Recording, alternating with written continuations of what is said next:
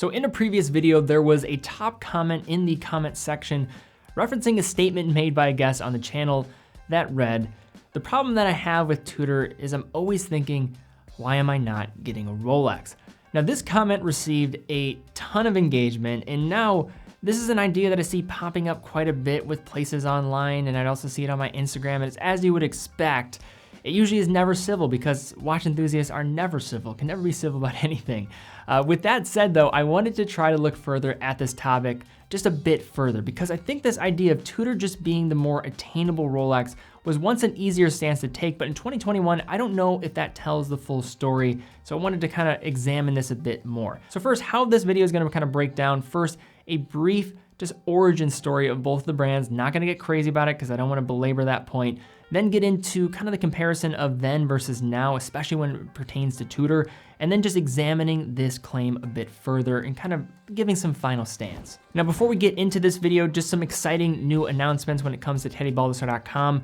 3 new brands added to the site, first being Zodiac. We just went live with a new neon collection. Look absolutely fantastic. In addition, Accutron and Ball watches, 2 other great brands, so definitely go check those out. At TeddyBaldassarre.com, we are a full authorized dealer of all the brands that we carry. Quick and fast fulfillment, dedicated customer support, also come with a full factory warranty for all the products we carry, and then 9 out of every $10 that we generate goes right back in the content that we're creating. So first, let's establish a bit of history. Now, it's interesting to note neither Rolex or Tudor count themselves among the elder brands in the industry, with Rolex having been famously founded by Hans Wilsdorf in London in 1905 before the brand eventually moved to Switzerland in 1920, where they have become probably the most well-known watch brand, actually that's pretty much without question, in the world.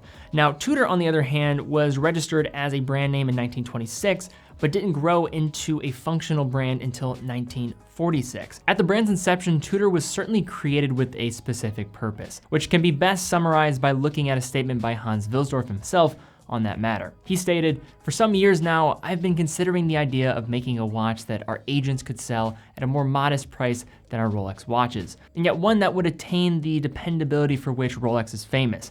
I decided to form a separate company with the object of making and marketing a new watch. It is called the Tudor Watch Company." This statement was undoubtedly the leading inspiration for what Tudor would output throughout most of the 20th century, with early Tudor models sharing Rolex cases, bracelets, and even Rolex signed crowns, and really would just rely on third-party movements and a bit of just expression with their dials and adding a bit of flair like the snowflake hand, for example. Models like their Tudor Oyster Prince, Oyster Date, or most famously the Tudor Submariner had the Rolex design DNA all over them, especially when comparing the designs side by side across both brands during the period. The almost identical level of utility offered by less expensive Tudor watches presented an interesting argument, especially for penny-pinching government and military organizations at the time that saw the Tudor Submariner issued to the US Navy, as well as most famously to the French Navy, as well as many other world militaries, with the Rolex Submariner being best known in a military context for its ties to the Royal Navy of Great Britain. Despite the value historically offered by Tudor,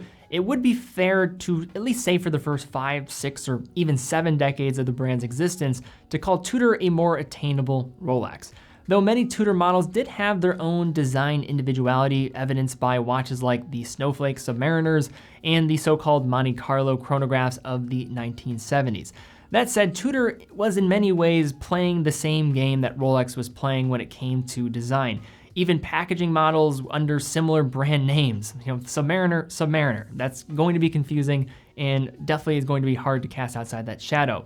Now, the narrative arc with Rolex is well known, with the creation of iconic models such as the Datejust, Explorer, Submariner, GMT Master, just to name a few, becoming a fixture in pop culture, while Tudor continued to release great watches. But the casting shadow of Rolex was hard to move out from. As an indication of this, Tudor in the late 1990s, throughout the 2000s, removed itself from the American market altogether. And I know the American market is not the end-all be-all when it comes to watch markets, but still a huge market, and for one of the bigger brands or affiliated brands to Rolex pulling out does say something about where the brand currently was sitting. But now this brings us to examining Tudor from a more modern context of the last 10 years. In this timeline, this is where the idea of Tudor as, say, a cheaper Rolex begins to be a little less straightforward in my eyes especially, but let's look at some reasons why. Around 2010, there was clearly strategic internal conversation around Tudor that would come to be exemplified with a new market approach, returning to abandoned regions, as well as thinking about what is the next stage of product development and just what did that look like. In 2012, Tudor announced plans for re-entering both the US market, but more importantly, unveiled the upcoming release of two original model lines, the Tudor Pelagos and the Black Bay. Both models became successes, but the Black Bay was more than a new release. It was in many ways a sign of the next chapter for Tudor in attempting to redefine what they were to the market. Following the momentum, Tudor unveiled the funky North flag that, outside of being a standalone design, featured an open caseback and view of their first in-house caliber from the brand. From there, the adoption of in-house calibers made its way into nearly all other lines, while also taking a page out of Rolex's former playing book by working with another prominent brand in Breitling to equip one of their watches with the Black Bay Chrono with a leaning chronograph movement in the B01. These new designs, as well as an adaptation of in-house calibers, is a stark contrast to what Tudor was even doing 2 decades ago. So that brings us back to the quote at the beginning. The problem that I have with Tudor is I'm always thinking, why am I not getting a Rolex? In order to address this idea, it's important to acknowledge that both Tudor and Rolex have evolved to something different compared to when Hans Wilsdorf was at the helm. Rolex has undergone a rise that is seldom seen in the world of product branding at all, as if you ask anyone on the street to name a watch brand, Rolex is going to most likely be the one or maybe the first brand mentioned or only brand mentioned. With vertical integrated production, an unwavering design formula, and consumer demand that extends to even the most mainstream sections of popular culture, they have simply become the anomaly, not the norm in watches. On the contrary, Tudor has a less direct path in its trajectory, but the last 10 years for both brands have completely changed the game for comparison. As modern day Tudor, in what it's resembling compared to vintage Tudor in its design approach, is very different. And quite frankly, the person that goes for Tudor or Rolex, they're making more than a decision based on price tag of the pieces, as despite some overlap in corporate structure, the brand ethos has just diverged in a way where both are more independent than they ever were. Most of this is going to be a byproduct of what Tudor has changed, offering things that they would have never done in the past, like a collection of competitive in-house calibers and a redevelopment of their design DNA with their own standalone models, while still embedding elements of their design within, like the snowflake hand as an example. And yes, there is some indication that these brands are certainly connected with some aspects of their design.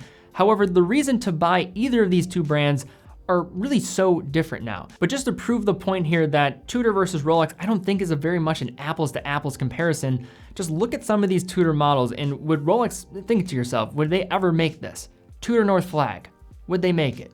Tudor Heritage Chrono, would they make it? Black Bay Ceramic, would they make something of that sort? Tudor Pelagos using titanium as a material, having open casebacks on sports watches or divers, or using sterling silver as a case material. And on the flip side, I don't see Tudor ever making models like a Tudor Submariner ever again, or an Oyster Prince. I think they've now just diverged from the pathway of Rolex so much that they're just going in their own lane, and deservedly so, because they've actually created models that I think do stand on their own and don't need to stay in the shadow of Rolex. When it comes to Rolex, they are the mass market luxury brand that have just proven to transcend a product category. And I think they lead the way in many aspects, and Hans Wilsdorf, when he was creating the brand, really wanted them to be a leader, and they are a leader. Maybe not in the way that he originally intended, but they have adapted and continued to evolve in other ways in how they're positioned in the market. And I think every single brand in the industry looks at Rolex in a way